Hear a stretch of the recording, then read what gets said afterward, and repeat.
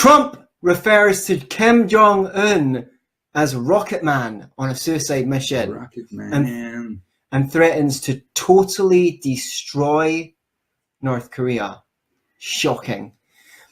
On Friday, North Korea's diplomat cancelled his visit to the UN, which is unprecedented, by the way. And on Saturday, he came back and said, I'm not going to put on an Asian accent because some people will find that offensive. Oh, I will. Due to his lacking of basic common knowledge and proper sentiment, he tried to insult the supreme dignity of my country by referring to it to a rocket. By doing so, however, he committed an irreversible mistake of making a rocket's visit to the entire US mainland inevitable all the more.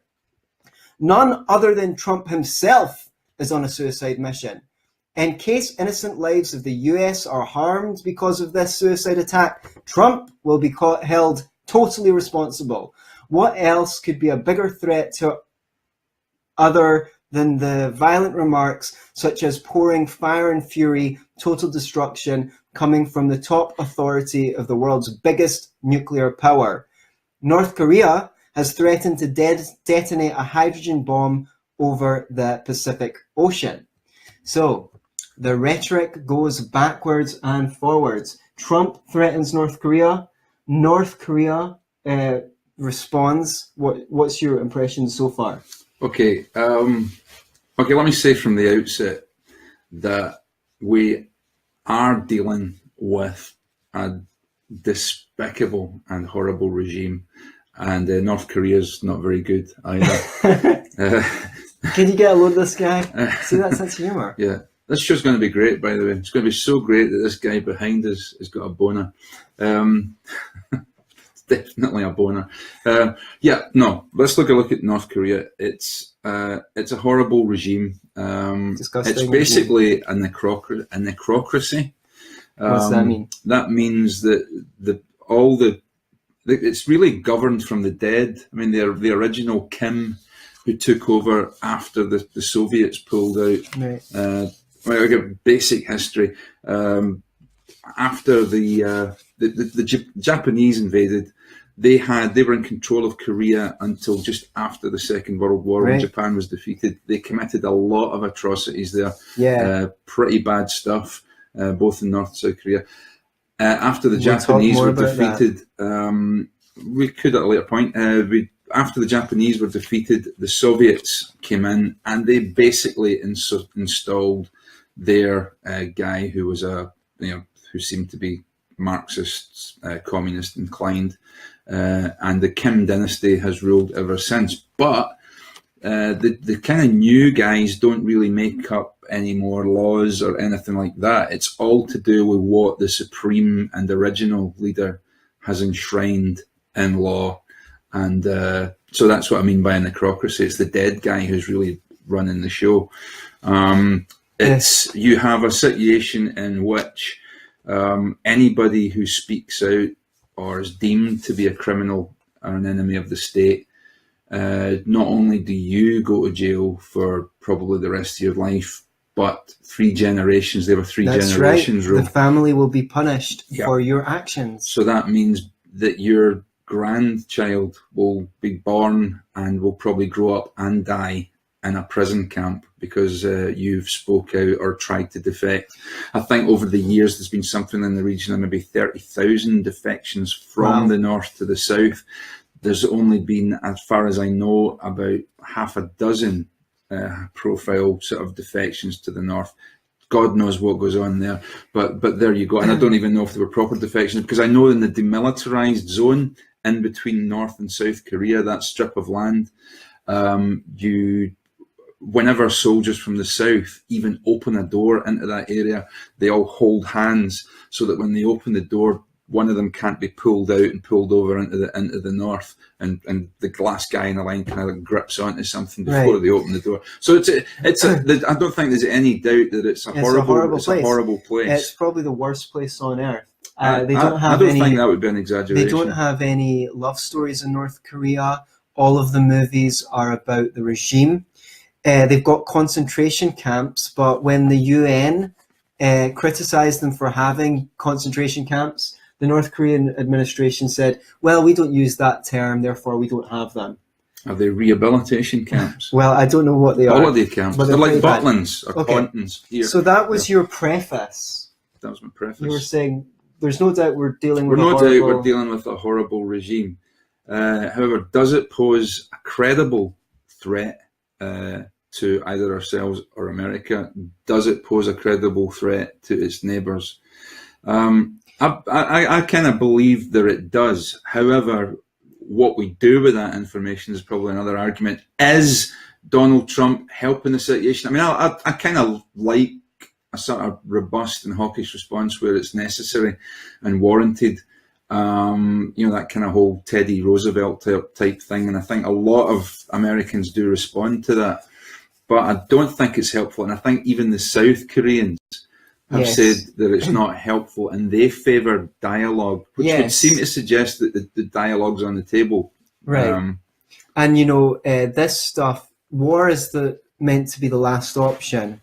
Now, on that point, the newly elected leader of South Korea, the South Korean president, Moon Jae, has proposed direct negotiations with North Korea leading to a peace treaty. The US has opposed that. They've said they're not into any bilateral processes. They want to tell the North Koreans what the terms are, and the North Koreans are to accept. In fact, the US laughed off an offer made by the Russians and the Chinese government with the agreement of the North Koreans for a double freeze, and these were the terms. The North Koreans would suspend missile launches if the US and South Korea would suspend military exercises running in South Korea aimed at an overthrow of the North Korean government.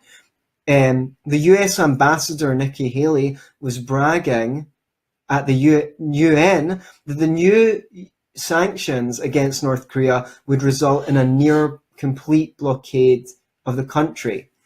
Now, would you not if someone was doing that to your country, creating a near blockade, not that much goes into North Korea anyway, would you not first consider that an act of war? Well, a blockade is an act of war. Well, I think there's a distinction. There's what they call a close blockade, which is basically what the Allies done to Germany before the First World War, which is like they blockaded Hamburg so that they couldn't get anything in or out. I think the close blockade is definitely against international law. So I don't know whether technically it's a close blockade or whether it's more open, i.e. on the high seas where they just prevent shipping from getting in there. But yeah, I would definitely, if it was North Korea, I would see it as an act of war. If you were North Korea. Yeah. So here's the thing. The South Korean government shocked the world by announcing $8 million of humanitarian aid to North Korea for pregnant mothers and infant children. And this is why. So the South Koreans, from their perspective, there is a big appetite to reunify the country. They basically see the North Koreans as their brethren. Of course they are. They're ethnically homogenous. And despite the fact that because of poor nutrition and things like that in North Korea, North Koreans are considerably shorter than South Koreans, just because of diet and things like that. Right, okay. South Korea has 40 times the productivity, at least. Now, as Tam has outlined, the North Korean regime is incredibly horrible, right? The question is, what is the way forward? Because, Kim Jong-un has been called a madman, like Assad and Gaddafi were. But the thing is, from his perspective, he's protecting his own self-interests, as horrendous as those may be, right? He does not want to be shot in the head. He does not want to be taken out of power. So what I'm wondering is, we are, by closing ranks, is America increasing the temperature? Because Gaddafi disarmed. Yeah. He was taken out of power. Libya gave up their nuclear weapons program, and their government was overthrown. So then we go, well, why is this guy whose borders we've stationed troops on for decades and been threatening to take out of power since the late 90s, well, mostly the thousands. Like, what message does that send out? So, okay, okay. And the sanctions, sorry, before you go on, sure. I'm interested in what you have to say. But the sanctions, obviously, that's a terrible move. That's just going to hurt the people. That is not going to hurt the people at the top, the really bad people. And you say, well, we want to starve them into overthrowing their regime. Well, it's not that easy to do that in North Korea. It's a very repressive regime. If you talk how are you meant to organize anything when they have these weekly meetings where you're meant to tell on each other? You're meant to say every week what you've done wrong and what you've seen other people do wrong. Well, because if you don't, and then they later find out that you were in the presence of somebody who spoke out, then you'll be going to jail as and well. Your family, and for 3 generations. So, well, all I was going to say is, I think it's important to remember that it was North Korea who immediately invaded the South, like I said, after the Soviets left. And the Americans clearly at that time went in to stop that invasion and pushed the North Korean army right back almost into China. And there's always that old argument, should the Americans have crossed the parallel? But it would have meant certain war with China. That was the problem. But so the North Koreans were definitely, in my view at least, the aggressor at that point. Yes. Now, they don't have peace. No peace treaty was ever actually signed. Officially, North Korea and South Korea are still at a state of war. Right. There's only been a ceasefire that's been in place since that time. Right. So it's a fucked up situation, and I don't know whether this guy Kim is actually. I don't even know if he's on the same planet as Gaddafi and Saddam Hussein and others. But I think I don't know. Is he a rational actor? Is he a rational player? Well, the thing is, what do you mean by a rational actor? Because say in Austrian economics. Austrian economics. I knew Sammeroff would get economics in here somewhere. Even when we were doing foreign policy, subject. When we say a rational actor in Austrian economics, we don't mean someone who's rational, who's making rational decisions. We mean objectively. What we mean is someone who is taking steps towards a goal. So in this worldview, everyone's always rational. Their goal might be garbage, right? Yeah. My goal might be to kill my neighbor, but my grabbing a knife with that goal in mind is rational. Okay. So from the perspective of he's behaving like a cornered animal. Now, I don't know if that's his motivation. As I said, the North Korean regime said that it was open to the Chinese and Russian deal of them stopping their weapons program in exchange for these exercises. Now, we could say, well, why are we going to peace with them? Supposing they back down and we back down, that he's still the leader of a repressive regime. Now, the question is then, how do we influence that regime to liberalize? Well, I want to circle back to that. Okay. I just want to give you a history Go for it. Of negotiations, because for a lot of people do not know this. And I was on the point, before I learned this stuff, I was on the point of saying, look, even as a libertarian, a non-interventionist, a peacenik, a hippie commie, pinko fag, when it comes to foreign policy, yep. I jest. I was on the verge of saying just like, something needs to be done here. But I didn't actually understand the history of the negotiations, and maybe I should have put this up front. In 1994, an agreement was made between North Korea, and it was hatched by the Clinton administration. And North Korea actually froze its nuclear program for 12 years. They were creating plutonium and they stopped. And they made other concessions as well. But the main thing was that they had an agreement with the US to end the talk of hostilities. The US agreed to provide them with 500,000 tons of fuel oil a year in exchange for shutting down their nuclear program. And the reason is, well, obviously you're not going to get any nuclear energy, so we're going to give you some fuel oil so you don't need nuclear energy. And they also agreed to help build 2 light water reactors for them. And that was built by an international consortium to make sure it was safe and that it would reduce nuclear proliferation. So, as I said, the most important thing was both the sides agreed to drop the hostile rhetoric. Now, this agreement was signed in October 1994, but in November 1994, the Republicans took the House under Newt Gingrich, that horrible neoconservative man. And the first thing that the Republicans did was begin attacking and undermining this agreement, because obviously they had the ideology that America should be the policeman of the world and make the world safe for democracy. So there's zero tolerance, no negotiations. We say what we say goes. So within a couple of years, the oil shipments were delayed, and the North Koreans felt that there was no movement towards ending the hostilities, and they were complaining every time a US diplomat went to North Korea. The North Koreans were complaining that, oh, you're not honoring your end of the bargain, we had a deal, and so forth. So then the plot thickens. At the end of the Clinton administration, they were close to another agreement under which the North Korea would have ceased its production and testing of all missiles. But then the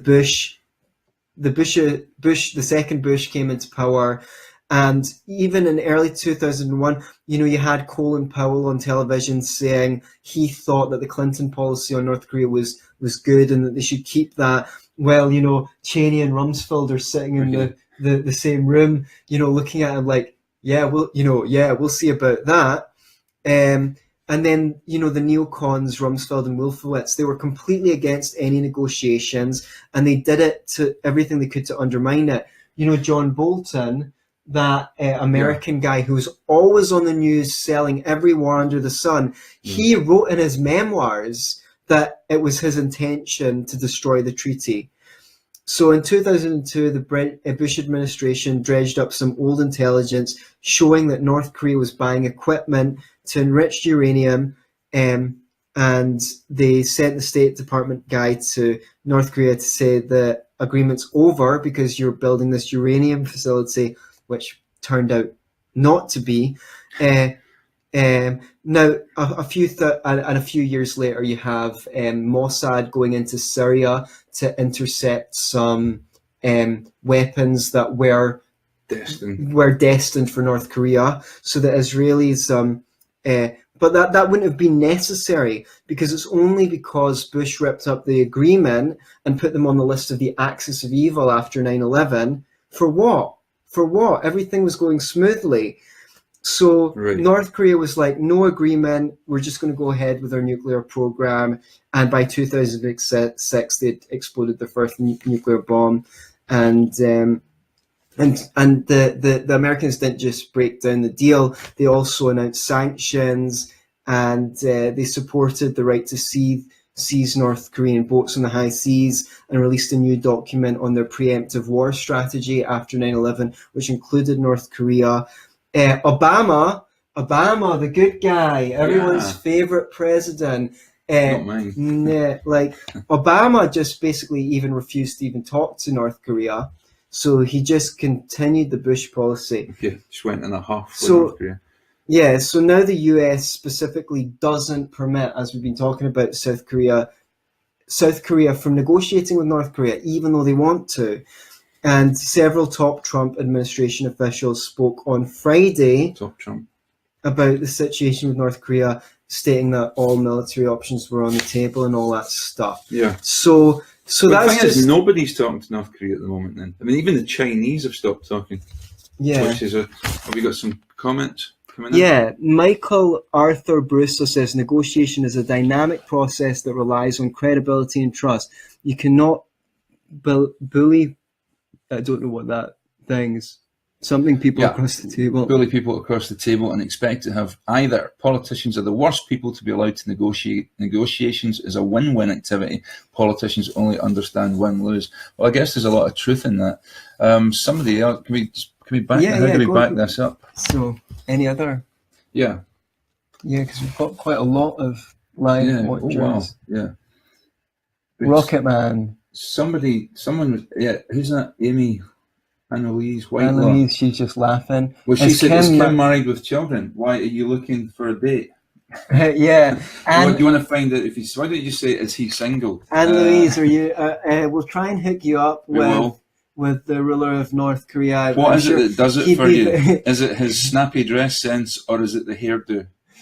I'm sure he'd be very lucky, very, very, very lucky to have someone like you in his life, Annalise. So I don't know. I've never seen the woman, so I can't really say. Or met her. Yeah, so we've got a situation where this is an interesting point, right? Yeah. How many soldiers are in the British Army? Well, that's a good guess. question. I can Are tell we off the top of talking my maybe head, but 500,000 or? I don't even I'm think it not- would. yeah. I don't even think it would be anywhere near that. Okay. It's maybe somewhere in the region of 200,000. Okay. I'm maybe How even many- including, but it's not a great amount. I mean, the American Marine Corps, just the Marine Corps on its own is bigger Okay, than the how entire many land soldiers? forces. How many American soldiers do you think there are? I don't know, maybe about 1 million. Right. Okay. Let's just say there are 1 million. Nah, short of that. How many conflict resolution experts has the American government trained? Again, you have me. Probably not more than a few dozen. Okay. So what I'm saying But is, are you guessing that? Or? I'm just guessing. It surely But can't be more than a few hundred. Why can't it? There might be. But why don't they train as many conflict resolution experts? We had Peter Fly, or is it Peter Sly? On Peter Fly. No, it's Fred Sly. Fred Sly. God, Fred oh, Sly. Fred. Sorry about that. If you're watching, I don't think you will be, but Fred Sly on our show, right? Conflict resolution. He's trained in excellent communication, and he goes into prisons and rehabilitates criminals by teaching them good communication skills. So if we want a peaceful world, why don't we train up more people like him? Okay, Christopher Irvin tells us that there's 144,000 British troops. That sounds it's so biblical. good to have a live That sounds biblical. audience. 144,000, and They're got probably the Jehovah's Witnesses. yeah, that are going into heaven. Jehovah's Witness troops. Approximately, that's what they should do. Send Jehovah's Witnesses to North Korea; they'll surrender immediately. Sorry if you're a JW out there; it's just a gag. Michael Arthur Bruza says approximately 800,000. It's so good to So have that's- fact checkers. So we're talking about the American Army, 800,000. That's right. Yeah. So Okay. can they not train maybe 8,000 conflict resolution experts? Cornflake resolution. So here's the thing. Okay, I'm saying you shouldn't ramp up the rhetoric. You shouldn't. Until the diplomatic options are exhausted. But maybe that's just preamble. Okay. Maybe what they're doing is like, let's ramp it up so that we can take it back down again. Let's bare our teeth, let's saber rattle so that they know that we mean business, and then we start the negotiations from there. These are a bunch of the hawkishest people you'll ever find. I mean, it would be nice if you were right, but here's the thing, right? Well, I just want to answer the question of, let's suppose. I just want to circle back to the question of, well, you guys, supposing even Kim Jong-un does disarm, are we just going to leave him in power? Are we just going to leave his people to be under this brutal dictatorship?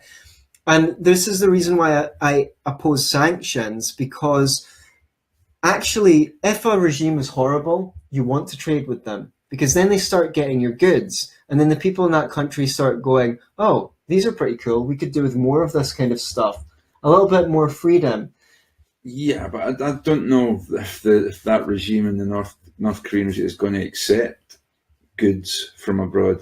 Well, I mean, it depends on the terms, doesn't it? I mean, they did actually. Now that you mention it, Okay. they refused to accept UN food aid when they had a famine. Do we know if they are even open to this donation from South Korea of money? of money for pregnant women and children. I don't know. I was assuming, since I didn't hear it had been rejected, I mean, that it had been accepted. imagine. You would think. Well, I would think that a regime like North Korea, someone like Kim, would. I mean, wouldn't that be tantamount to admitting that their regime, wasn't in charge of things? Have we tried to trade with them? I believe they have. In good faith. All the indications seem to be that that's the case. And no, what indication are there that since the Bush era, the Americans have in any way tried to deal with North Korea in good faith? The opposite is true. They dishonored an agreement, they put sanctions on them, so forth. Putting sanctions on someone is the opposite of trading with them in good faith. It's saying, we're not going to send you anything. Okay. And we're all in agreement that it's a horrible regime, but how do you influence? Are we in agreement that it's a dangerous regime? Well, that is the question. I mean, he fired his rockets, basically. They tried to launch some rockets that completely failed. And Michael Malice, a leading expert on North Korea, said, well, they did it on purpose because they don't want to back down. So the way not to back down is to just deliberately send up a crap rocket. So people go, oh, well, I mean, they're not that dangerous. They can't even launch a rocket properly. But also he doesn't need to lose face by saying, I don't know. Well, look, I mean, the Japanese are so concerned about this that they have, for the first time since the war, they have dropped, or they're looking to drop, the pacifism clause in their constitution. They want to intervene. Well, it's not that they want to intervene. I mean, they definitely are shaken up by this. I mean, the missiles are they think are getting pretty too close for comfort. So I mean, it's easy for us in the West, I think, to sit and say, look, well, is he a threat or isn't he a threat? I guess if you're right on his doorstep, America has that base at Guam in the Pacific, which is arguably within striking distance. So that's a concern. So, I mean, I'd go with South Korea in this, I suppose. If South Korea feel that they can negotiate, they should be allowed then to. they should be allowed to, without a doubt. Yeah. So I just want to go into a little bit of history, because you mentioned the Japanese occupation of North Korea. It's not like America has been a good actor in Korea. And I'm not, obviously, it's not the great state in America, but look, so basically the American Secretary of War and the Japanese Prime Minister Kasaru Taro, basically the US recognized the Japanese sphere of influence over North Korea. So the US basically gave Japan permission to colonize North Korea. What gave them the right to do that? You can ask this. Yeah.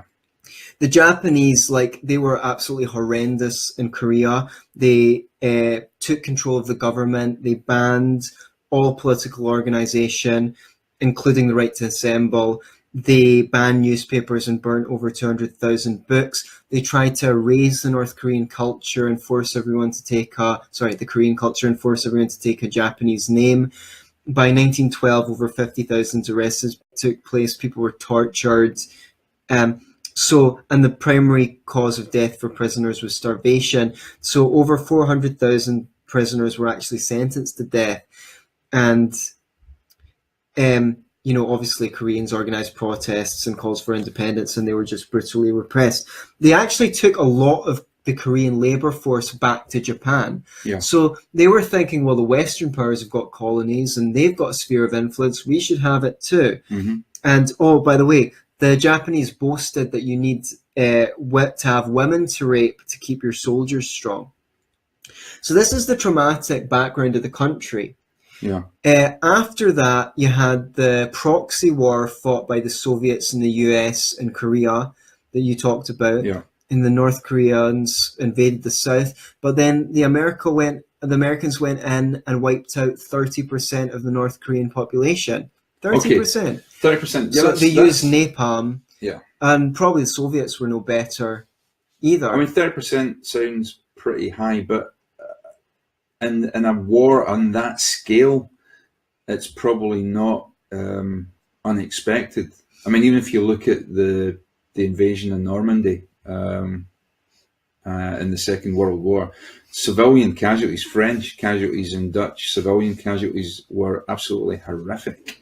So, I mean, wiped out 30% of the population. I don't suppose that anybody alleges that was deliberate. I mean, it wasn't like a genocide. Well, I don't think it was neither deliberate nor non-deliberate. They went in to get a job done, and they just they used napalm like in Vietnam, and they just wipe.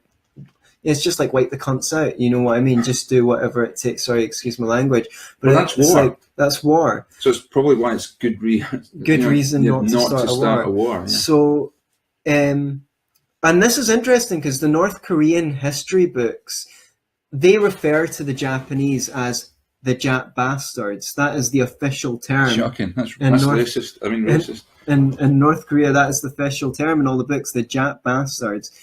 And America is the US imperialist. So what I mean to go by on this is just to say that the country is completely traumatized. Like, I don't know if you've heard of Lloyd DeMoss. He's written a couple of books, The Origins of War and Child Abuse and the Emotional Life of Nations, in which he goes through history and talks about he co-created a field called psychohistory, which is the application of psychology to history. And he goes, you can look at the psychology of nations, the conditions, the traumas, and you can see that when a generation grows up, the kind of government that they create is similar to is a reflection of the conditions when they were growing up. So, say the more authoritarian regimes in Germany and Japan, yes, even Japan, but I was going to say Italy, and at the beginning of the 20th century was a reflection of they had much more authoritarian and brutal parenting styles than a lot of the rest of Europe, where you were having things like, in the 19th century, the Scottish Enlightenment and and even before that. Was it you that was telling me that in Prussia, for example, or even in Germany, way back, it was kind of common practice to take a newborn baby, wrap it up in swaddling and hang it out on the washing line in the middle of winter to kind of toughen it up. Well, I think that's not quite it. It was just in the coat hook. Just in the coat hook. They'd wrap up. Lloyd DeMoss reports that in the period that, indeed, that was quite common in Germany. They'd wrap the baby up in bandages and they'd just put it on the coat hook, thinking that, whatever. That I don't know if it was to toughen them up, but it was with the thought that, the baby will be okay there on the coat hook. And then you had a whole generation, even in this country, that was raised with the, let the baby cry. Just let the baby cry it out so that it learns. And then, of course, they came back and the letter said that's not good because the baby needs to be touched, it needs cuddled, it needs empathy and stuff like that. So, but anyway, I don't mean to get into... I really believe in psychohistory, personally. If you want to check it out, the guy's called Lloyd DeMoss. I'm pretty sure his books, The Emotional Life of Nations and the Origins of War and Child Abuse, are free. But if you take on that line of the leadership of a nation is shaped by the psychology of that nation, the psychological conditions, it's no wonder they were going to have a brutal dictatorship. They've done experiments where they've taken grandchildren of Holocaust survivors, and they find that they have higher levels of cortisol, the stress hormone, in the brain. So something that's happened to your grandparents, a trauma that's happened to your grandparents, can be passed on to you. And this is why when you think, well, maybe we can just go in there and impose democracy on them, it's not necessarily the case that you can do that. They might not necessarily have the psychology to be able to make that switch.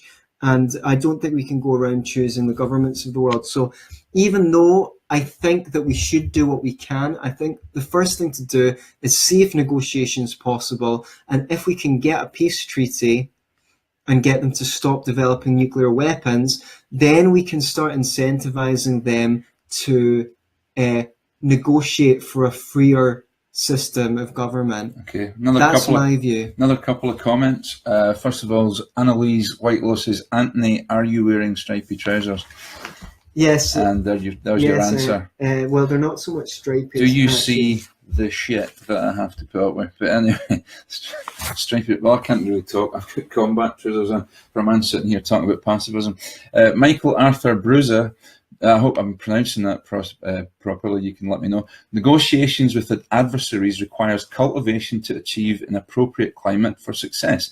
Then it requires appropriate administration of agreements. Your description of the agreements adds context of why things are going this way. He also says that asking politicians to do negotiation is like asking fish to climb trees. Right. Yeah. Right, because politics is based on the use of force. So, have we got anything else on North Korea? Any questions? Yeah, who's got some questions? Any comments? I was thinking, I'll tell you, with so many of you watching, strange that people can actually, they can update me if I'm getting this wrong, but I believe, oddly, in North Korea, one saving grace, if you live there, is marijuana is completely legal to grow. So you're saying on the issue of drug legislation, North Korea is more libertarian than Great Britain on marijuana, anyway, as far as I'm concerned. I think this might be this is anecdotal and this might not be correct, but I believe it's one of the only countries in the world where culinary-wise they have their sweet dish before they have the savoury. Yeah.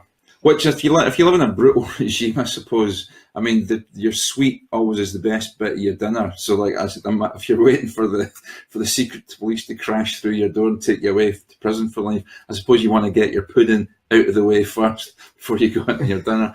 I don't know if that's true, but somebody told me that about North Korea. Could be true of South Korea as well, for all I know. So basically, we've got 25 million people there in a horrible concentration camp, and there's fuck all we can do about it. I mean, we've all seen a nice day. That satellite image night image of. I mean, it could be bullshit. I mean, like you just see a picture on YouTube or on Google where they have that picture at night of the Korean Peninsula, and you've got North Korea in absolute darkness, apart from one little speck of light in the capital, and the South Korea is absolutely shining out because it's full of value. Because we should. Why would we expect? South Korea's got capitalism, North Korea's got, but it's not real socialism. Don't forget that one. It's never real socialism. It's never real socialism. But here's the thing. If anybody ever finds somewhere that's got real socialism, let us know. I would love to talk about that. Well, and on that point, I say, well, it's never going to be real socialism because what they call real socialism defies the laws of economics. Yeah. It's like saying, well, it's not a real square circle. You're never going to achieve a square circle. Well, nobody told Jeremy Corbyn that, or Bernie Sanders. Yeah.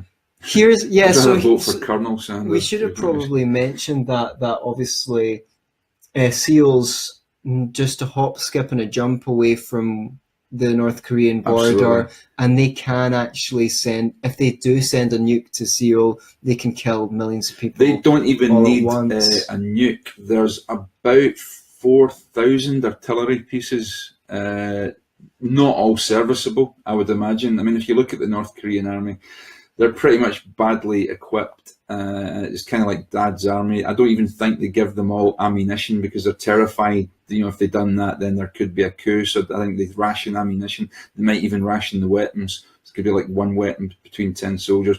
But there is a hell of a lot of artillery trained on Seoul, and they say that they could probably obliterate Seoul within a matter of days. I believe them. Just with artillery.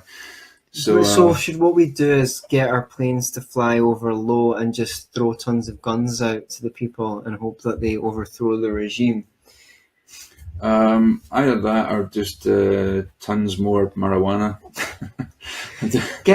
Get Kim Jong-un or to smoke some of that. Maybe he'll chill out and relax. Maybe he smokes too much of it. He's got the old paranoia. He's got the fear. Well, he's not paranoid because there are people that are trying to take him out. So yeah, but at least he doesn't wear striped trousers. Do you want to do another story? Do you want to dance? Do you want to funk? Before we I do. I want to do story. I want to do a bonus story here if I can find it. Well, basically, what's happened? Something has happened in the UK that's disturbing. and that is the government has recently banned an organisation called National Action. Now, National Action are not a group that I agree with. They're well, I'm sure they'd give you an argument on this that they're not right-wing extremists. They certainly have racist policies, and are they neo-Nazis? To all intents and purposes, didn't they do the Miss Hitler? Weren't they? They'd done Miss Hitler. You could Hitler write that up as a gag. You could possibly do it, but I don't think so. But anyway, they're regarded as neo-Nazis. They're regarded, at least they're regarded by the regime, our government, as neo-Nazis, and they've banned them. And I'll just read you this piece from the Metro. Neo-Nazi ban extended to stop group using aliases. So there was another organisation here in Scotland called Scottish Dawn, who relatively new organisation, very small, but they reckon that was just a cover name for National Action because they knew National Actions had been banned. But an order banning a neo-Nazi group is to be widened to stop the movement masquerading under different names. Scottish Dawn and NS 131, National Socialist Anti-Capitalist Action, will be prescribed from today after they were identified. Wait, it's one thing being against Jews and blacks, but they're against capitalism? Yeah, I draw the line at that. I draw the line at that. I hate them. Right, we love capitalism on this show. Which became the first extreme right-wing group to be banned under terrorism laws in December 2016. An order laid in Parliament yesterday means National Action cannot operate as Scottish Dawn or as NS 131, which have been identified as alternative names. When the order comes into effect, being a member of or inviting support for the organisations will be a criminal offence carrying a sentence of up to 10 years imprisonment. Okay, we're just talking, from one, totalitarian regime to a possible growing of another one. I somehow have a feeling that the communist organisations at the university. Yeah, I don't think they're going to ban Antifa somehow. Right? I think that'll be all right. You can smash up shops and attack people and punch people in the face while they're doing a piece to camera, and that's all okay. Again, I'm not defending National Action's policies. I just think, for anybody who's clapping and cheering at this, you idiots, don't you know that this sets a precedent? Once the government can start to decide, if an organisation is involved in an act of terrorism, sedition. An act of terrorism, right? They're actually going out there to hurt people, to kill people. Then actually show no mercy. Then show no mercy. Have them for that. But regardless of their ideology, let's say National Action is a vile, racist, homophobic and anti-Semitic group which glorifies violence and stirs up hatred while promoting their poisonous ideology. And I will not allow them to masquerade under different names, said Amber Rudd, the Home Secretary. Now, we've had problems with Amber Rudd before on this show. By extending the prescription of National Action, we are halting the spread of a poisonous ideology and stopping its membership from growing. No, I think you're going to... you're actually empowering them. And also now you don't know who the Nazis are. Yeah. Because protecting those who could be at risk of radicalisation. Our priority will always be to maintain the safety and security of families and communities across the UK. And we will continue to identify and ban any terrorist group which threatens us. And I don't know, apart from some guys who were arrested who were part of the British Army who were definitely looks like they were going to be involved in acts of terrorism, and they seem to be member of National Action, then again get those guys and lock them up if they were going to actually commit terrorist acts. But according to its website, Scottish Dawn is a patriotic society for the defence of our race and nation, active across Scotland. There's all sorts of problems with this. Once the government can decide which organisations should be banned and that you can't be a member of or you will go to jail, how long is it before they decide Libertarians are a problem? Anybody who questions the government could be a problem. This sets a precedent. I don't think it's a good thing. I think Amber Rudd should seriously reconsider this. There are other ways of tackling this. Do you think it's just I mean, didn't we it's learn like the that lessons kind of when we thing. banned Sinn Féin and Right. banned them from talking? You know, it was just absurd. For those of you who don't know, Margaret Thatcher, under Margaret Thatcher, Sinn Féin were prescribed as an organisation. That's the political wing of the Irish Proscribed, Republic. by the way, not prescribed. Yeah, not prescribed, proscribed. And they were the political wing of the Provisional IRA in Ireland. And we had the absurd situation where they weren't allowed to broadcast the voices of these people on our television. So they drafted in actors so you would have like Jerry Adams on the television, and you'd have some like voiceover actor, you know, like Dominic Frisby.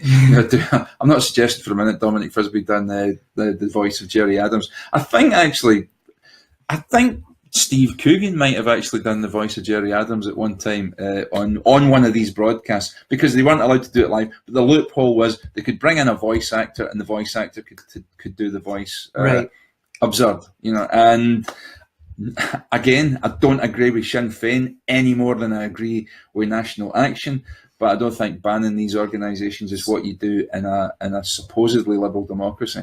So here's the thing. We know that increasingly the left, the political left, who used to be all for free speech in the 60s and 70s.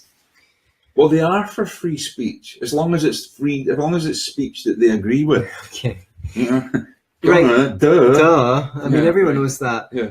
Everyone's for their own free speech, right? Yeah. We know that the left increasingly have problems with free speech. And to be fair, within that, there is like people who say, well, there's leftists who say, well, I'm not social justice. Those are social justice warriors. Those are the regressive left. No, we're the progressive left. We are for free speech. Okay. Yeah. But we know that increasingly the left is hostile to free speech. Now we've got the conservatives who are not only showing, but legislating against free speech. Who is going to stand up and say, you, sir, I disagree with what you say, but I'll fight to the death for your right to say it? Well, clearly you said, but right now, but you didn't stand well, up and say it. I'm going to be honest. I'm not willing to fight to the death for national action, for National Action's right to say it. But if they do come down my door and say, and try and take my free speech away, I might be willing to yeah. So let the people be speak. A bit more brave. Let's free expression reign, even if it's the only cure, you know, for bad ideas is to be able to talk about them. Yeah. And let South Korea talk to North Korea if they want to. Yeah, it should be nothing to do with America. And also, if people have got racist views and things like that, you want to actually know who those people are. You don't want to ban them from organising so they go on ground. Hell, you want to get them on the TV talk shows and actually pick their brain and find out what's going on in here. What makes you think this? Yeah. People have sunlight is the best disinfectant. Exactly. That's what they say. But I don't know. I once had a cut in my leg and I sat out in the sunshine with it and it just festered. So yet again, these so-called experts get it wrong. So like all maggoty and shit. So we done? Are we done here? Until next week. Until the next time. Be libertarians. Don't be a North Korean. Don't be a South Korean. Don't be a lefty or a righty.